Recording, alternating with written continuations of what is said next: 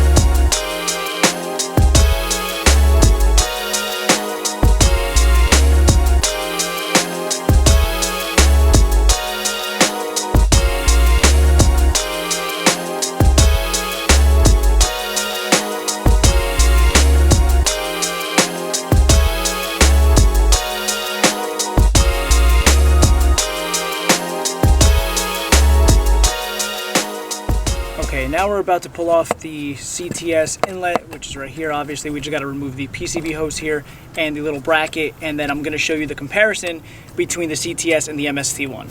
So we have the CTS inlet right here, like so. Still in really good shape for being on the car for a few months now. And we have the MST one right here. Now this one is much bigger. I don't know if the camera could do it justice, but just to show you, let me put, so this is the inlet part that goes to the turbo, which these are the same size, but then the outlet, let me show you that. So the CTS one fits literally inside the MST one. So the thing I like about the MST inlet is that this is a true full 3-inch, so this should make the intake system flow a lot better, which is why I chose to go this and replace the CTS one. So now we're going to throw this one back on the car, put the new intake hose, which is full silicone, onto the car, and then go from there. So we have the MST inlet pipe now installed. Everything is nice and tight. The little bracket on the back is all good to go with the bolt inside. Now I'm gonna leave the PCB for the end because this is the worst. So if I have to adjust anything and pull this off, it's gonna be a pain. So now the only thing we have to do left is put the intake pipe, the silicone pipe, onto the inlet pipe, and we'll be done with this part of the video.